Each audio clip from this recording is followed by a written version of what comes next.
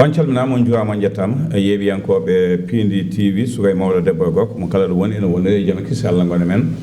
en garti ɗo e nder jewte men ko faati e leñol ngol e ɗemgal ngal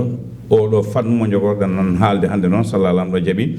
eɗen bismiɗo ɓii men miñi men sehil men gollidiɗo men hono Harouna Adama Diadje Ba mo ganduɗa ko janguinowo oɗo ɗumunno joni koɗo diwan Kolda to o hettiri kono ɗum ko fane ko faate sayi ko juriste eɗen gandi kadi dande makko e ɓamtare ɗemgal ngal eɗen gandi dande makko e leñol ngol eɗen gandi katantagal makko e feɗɗitademo e wonde jarlitaniɗo leñol ngol ɓuuɓol suwanimo nangue jagganimo so wiyama noon ko ɓi Adama Diadje yeddintako saabu yimɓe fof ne gandi Adama Diadje hol dande mum e leñol ngol ko adide en kalda e makko jogoɗen haalde makko sallah lamɗo jaaɓi ko ɗeɗo toɓɓe tati ko addi ko foof ma en kal fandu moyaari o to banggue jangde ko wiyete ko lecture pour tous ko ganduɗa ko ebbo USAID waɗa ɗum tawi ko ebbo wango fayida ngo ganduɗa won hen ne jiiten koye mumen won kadi jiitaki hen koye mumen ko wona ɗum ko gonɗen koye daawal ɗimmal ngal ganduɗa jangguinoɓe ne poti ruttitade e nokkuji ɗe jangguintuno oɗon gandi gonɗen koye sahara fi Covid-19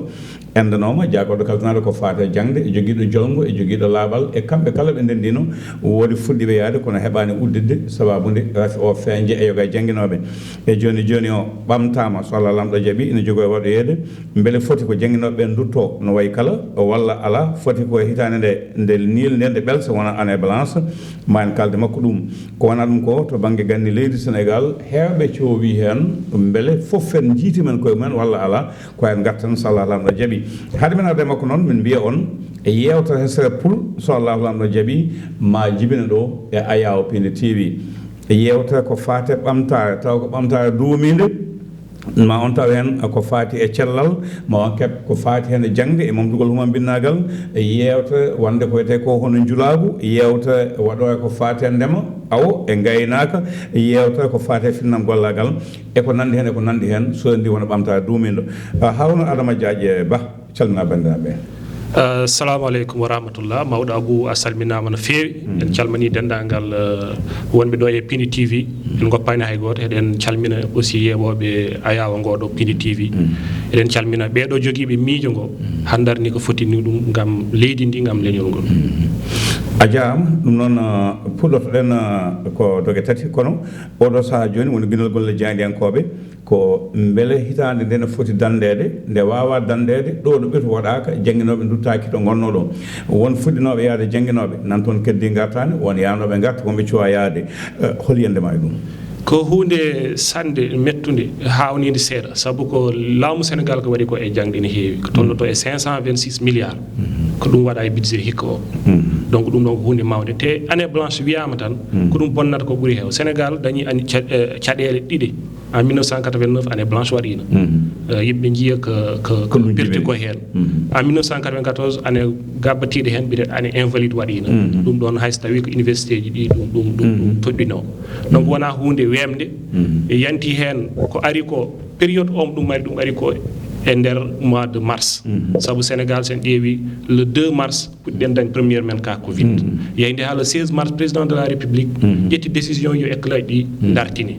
nden yimɓe gandana ɗo dondi e Covid-19 yimɓe ne paye e fête Pâques ɗum yaaride hen fête Pâques ɗum hori ha oɗo période jawtude nde winde yimɓe ƴettit kibbati fuɗɗi waɗ e janguinoɓe heɓɓi ɗum anda wadde virus ha joni mbonen nder leydi he kadi ni hen kadi ɓe ƴettati date goɗɗo le 25 juin eɗen ñaago Allah tan nde ɗum yawtata kono mbeɗa andi ma won hunde sande saabu diwanuji Sénégal ɗi jiidani no ɗi tagori to banggal climat to banggue kewɗe hande sa yeehi to amen to min jangguinta woni Kolda walla zone Kédougou e Tamba e Sédhiou toon fuɗɗima tobde te éclaji kewɗi goni ko e abri provisoire manam mbareji gona bâtiment ji kon Dakar en ni ɗum laamu ngu wiyete ko tan dawgol bongol ina boni men wumtina cikkumi hande Sénégal foti tolnade gandanɗa hoore ma au lieu que waɗa centralisé jangde nde waɗa ɗum décentralisé hayso feccat ɗum par direction ngaji fecci ɗum par ce que sud o ina jogui réalité muɗum nord o ina jogui réalité mum centre o ina jogui réalité muɗum hayso tawi ko jangde lestre nde woni CI ha CP ha CM2 plutôt horaki ɗum ɗon ma won solution gandanɗa hoore ma maɗum wawa reglude caɗele kewɗe hayso tawi ko minen to jeeri to par exemple sen ƴetti sukaɓe amen ko ndungu o ɓurata wawɗon won peut être on division somo waɗa ma mbaw hen janggo donc wiide tan ko hunde sande hande e laamu he kono ala e sago fulɓe mbiyata ko Allah kam wasatano rewda waddani yende ma ko peeje fof no waɗa yo yimɓe dutto jangguinoya kono jangguinoɓe hewɓe ɓerɗe mumen ina maayi seeɗa kono ɗum ɓuri fayida hen ko tawotoɓe gureɓe saabu won guurɗe ganduɗa natti yidde kulti yo jangguinoɓe gawe mumen eyyi ɗum ɗon waɗi ɗum min de première vague o ndem waɗa nde min e page on Facebook windi hen mbimi yadani no laamu ngu ƴettir ɗum saabu ɗum waɗata ko wiyete ko stigmatisation sa wi hande virus o komo barowo komo daaɓowo ko yaawi a uddat boli kono jangguinoɓe yoɓe jaah soɓe hanti ko heɓe tan jiyete or ko sa uddatino boli nden fof jeehi ma ara village ɓurɗo famɗo walla e leegal ma taw jangguinowo ɗon ma taw goɗɗo garɗo taw ko e famille goɗɗo jeeya hanti wonta wona jangguinoɓe tan dogate mais sa wi a uddate ko pour jangguinoɓe rek hanti surtout haɗo yimɓeɓe na mbiya virus o komo barowo komo kewɗo doole ala e sago ɗo ɗo ɓe doni ɗo surtout wona région Matam en nden alano hay goto région Kédougou jogui ka goto enseignant ɗi gummima e guure ɓurɗi e jappu wona Dakar Thiès Touba jeehi e ɗen ɗon yimɓe mbawi tan ko ɗeñƴade par ce que ɗum tagi mimi nina ɗum ƴettirano départ o wonano hunde fewde Harouna Adama Diadio Ba laamu leydi Sénégal ne wiye ene temedere kala capanɗe nayyi fayi koye jangde a haali hikka temedde joyyi e nogas jeegom milliard o waɗama hen ha joni Sénégal sertani e jangde duɗe taw ko caaleje ɗe ganduɗa wonama hantere hol yiyandema e ɗum ko hunde sattude saabu sen ƴeewi école aji ɗi WhatsApp aji a yiyat village uji ɗiɗi ɓalladirɗi aussi goto fof yo totti école mum kirama hakkude guure neɗɗo wiya min janggoyta wuro Samba en mi ɓen janggoyta wuro ɓe mbeɗa wawma tottu yeru tan ɗo gonmi ɗo département Médina Yoro Foulah diwan Kolda hakkude Balka Missa e Balka Missa wonani kilométre goto fof dañi école oga école yahani oy to yahani goto fof wi yata e goɗɗo hakkude Sare Diatta e Dorno wonani kilométre goto fof dañi école donc ɗum ɗon ko caɗele mawɗe kadi ɗi gandanɗa hoorema au niveau des IF mbawi ɗum ƴewtade donc ɗum ine hen mi heddi ko noon so Allah école aji kewɗi mbaɗama e laamu Abdoulaye Wade parce que plan décennal programme décennal pour l'éducation et de la formation mbo darno mais kadi e laamu Macky Sall école aji kewɗi ina maahe kono woni caɗele ɗe tan a mahat oɗo école année prochaine école aji kesi kadi daña ɗi ala e sago ɗi mbaɗe e mbaareji mais noon so école o so tawi hombo juuti ɗon mbo ɓooyi ɗon mais élevé effectif o wona ha woro laamu ngu no ama ɗum mahde a jarama on banggue namdo tan cekkital ɗon less seeɗa fottuden ndungu ko gonga ko caɗele ta banggue janguingol gam yidde dandude hitande nde kono kadi so tawi duuɗe ɗe ganduɗa ko duuɗe huuɗo duuɗe caaleje hendu nawa janggo weesumi ko nandi hen beele laamu ngu wakkilta ko waɗa ko waɗi hen wadde kuuɓeje ɗe ha timma ɓo wiide ina waɗa e banggueji goɗɗi yimɓe keble kaɓirɗe dañe taw yimɓe janggata e won nokkuji ɗum ɗon woni priorité woni école o ɗi maahe ɗum ko priorité mais de priorité goɗɗo mo laamu ngu fonno waɗ mi haali ɗum e nder ɗuminam fonno feccu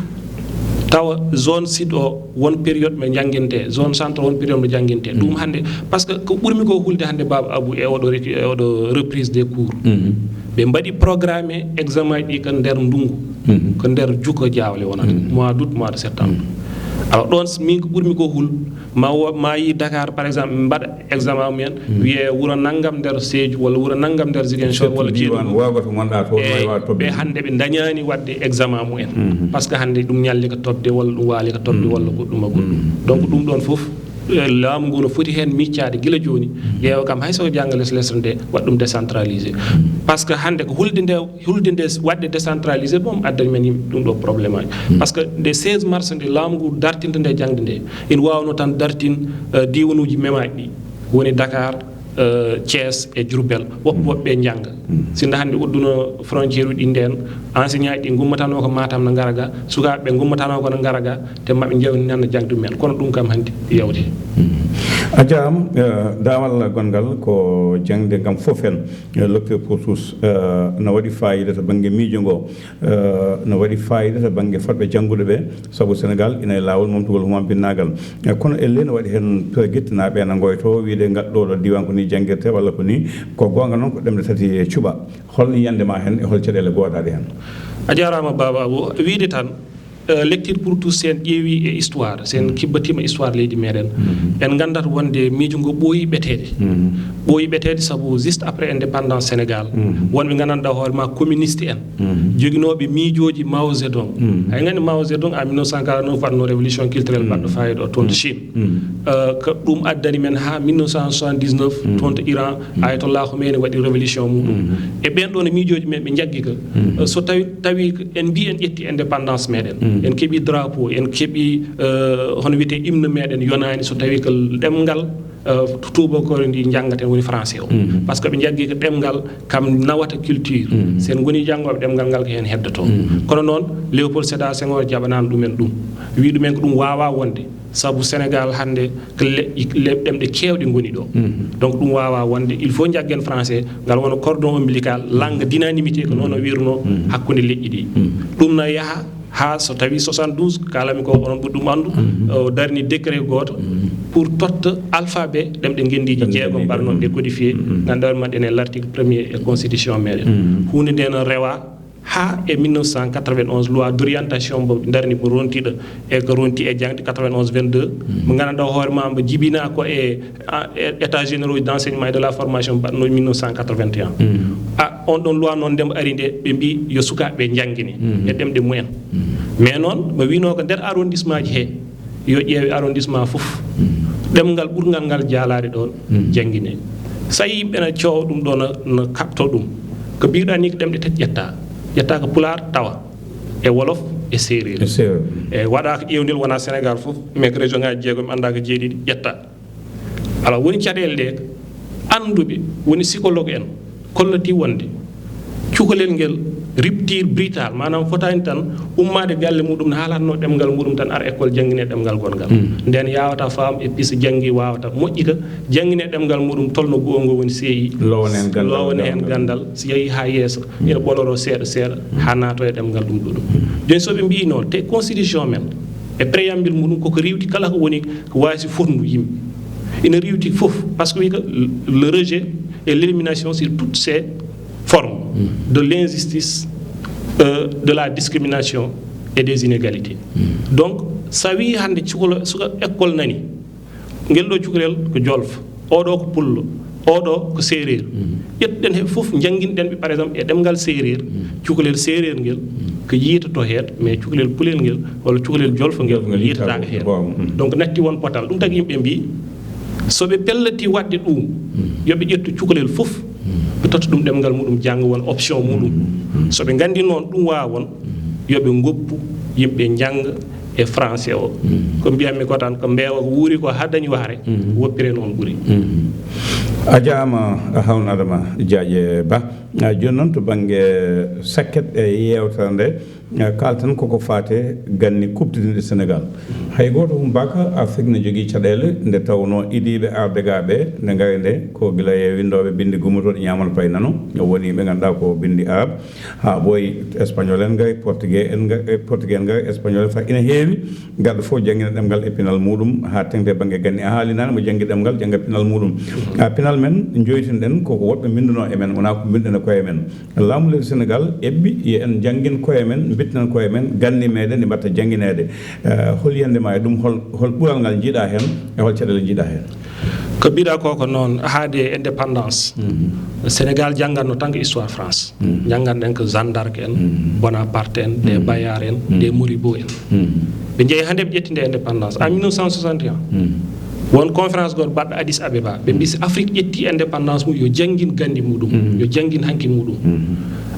nden noon sénégal felliti kam ne janggin tariha gonnoɗo ɗo hanki kono sa ƴeewi ko tuggi ko 1960 1976 jangguinateno tan ko empire aji gonɗi ɗi walla royaume aji gonɗi ɗi to banggue norga woni Kayor Waalo Bawol Sine Saloum ko ɗi janguinteno e Jolof to banggue surtout janguintanoki est ce que wona ɗum addi boom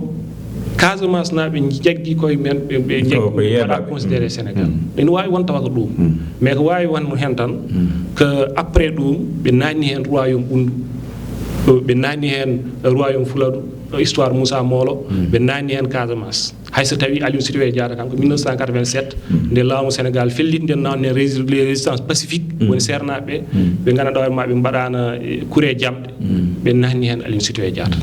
alors wiide enen ne fulɓe jeeri to minen aynaɓe to walla ferlo ngo ɓemin jogui hanki amen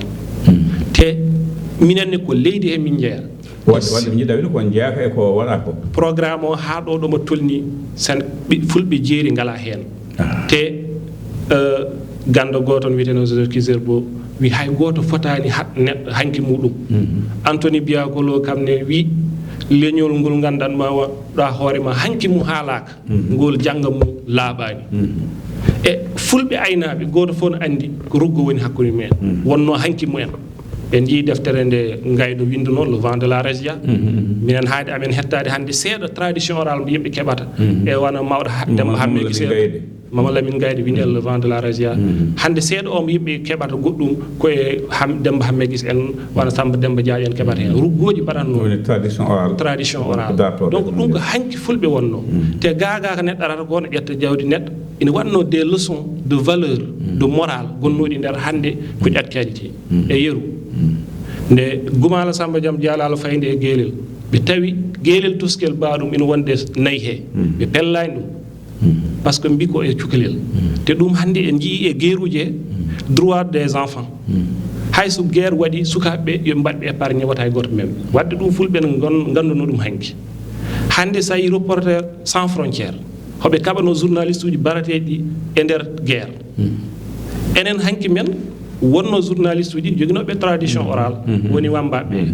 en jiide exactement nde haare hakkude Gumala aussi e Ama Sampolel nde ɓe tawi nde jaa e ɓambaɗe nder joom nde omo habto ɓe mbarani ɗum hay nde o fellodirde ɓe mbarani par ce que mbi ko o warata e kam jogui cimtol ngol elle ko ɗum wi ha jayni yanke ne wiye hewani waɗede ha fotani warede fotani warede kamɓe wonno ɗum kamɓe nden exactement donc valeur uji ɗi gandanɗa hoore ma kuɗi meɗen kuɗɗi jangguine te ina e meɗen hay parité o moɓe kalata ɗo hannde fulɓe aynaɓe ne ganduno ɗum saabu sa wi gaynaka tan wiyata cippowo a jarama Harouna Adama Diadji Ba golle ma jooɗi peewi ɗum ɗo ko meftel kono so Allahu lamɗo jaaɓi no mbiɗen ni ama en garto e yewta nde ganduɗa ko goto e miñiraɓe ko kañum wi suuɓi ko Piindi TV waɗa yewta nde ko kañum difoto yewta nde en cuwa yettade hen ɗum waɗi en mbawa haalde kono ma awoy ɗo so Allah lamɗo jaaɓi taw yewta nde haalata ko yewta serpul ko fate ɓamtare duuminde développement durable e dow ɗum noon ma cellal tawe hen e nder cuuɗi cafrirɗi e safroɓe e safreɓe e joom pharmacie ngaji en ɓe ma yaaha e bandiraɓe jangguinoɓe ɓe momto e huma binnagal ɓe halfinaɓe ko fate ɓamtare ndema ɓamtare awo ɓamtare gaynaka firnam gollagal e ko nandi hen ɗum noon hol konngol ma cakkitol ɗo hannde e galle Piindi TV e hono jiɗɗa galle Piindi TV ko weltare mawde waɗande ko woni ko ɗoyede kadi mbeɗa wimon vraiment won daaɓal manggal ngal mbaɗɗon surtout e mogoji ɗiɗi mbaɗa toon yimɓeɓe nani hen jiito koye mumen par ce que ko ɗum ɗo kadi takata cukalel ngel susde notarade ko ɗum ɗo o woni saabu en jiina hanki mogoji mbaɗannoɗi ɗi rôle uji men hen ko pour yo jaale tan so en jeeyani ɗo banana tan hen ɗo bakki cawel heɗen jeeye kosam alors que pulaago noon wirtima ɗon te feeñi e mogoji moɗon ɗum noon vraiment ko weltare mawde gandon kadi wona tan leñol ngol yeɓata moon ko pop en jeeɓata moon ko pop en beltanimo ɗon a jarama Harouna Adama Diadji Ba en calmini jignaɗo ma gorko mo ganduɗa dande mum no mantini to dara ender fedde ɓamtore Pulaar fedde wiyetende PNVA e pelle baɗe noon en calmini miñi men Amadou Adama Diadji Ba e dennagal bandiraɓe en kaali ko fate jangde ɓamtugol l'école e oɗo saaha mo mboso oɗo duumi e dow meɗen en kaali jangde nde ganduɗa ko wiyete lecture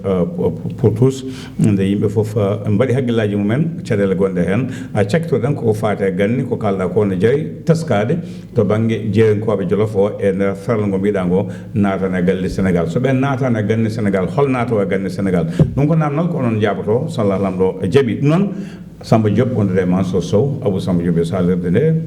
ayaw ngo ko ɗo katen ha jewte paade so Allah lamɗo jaaɓi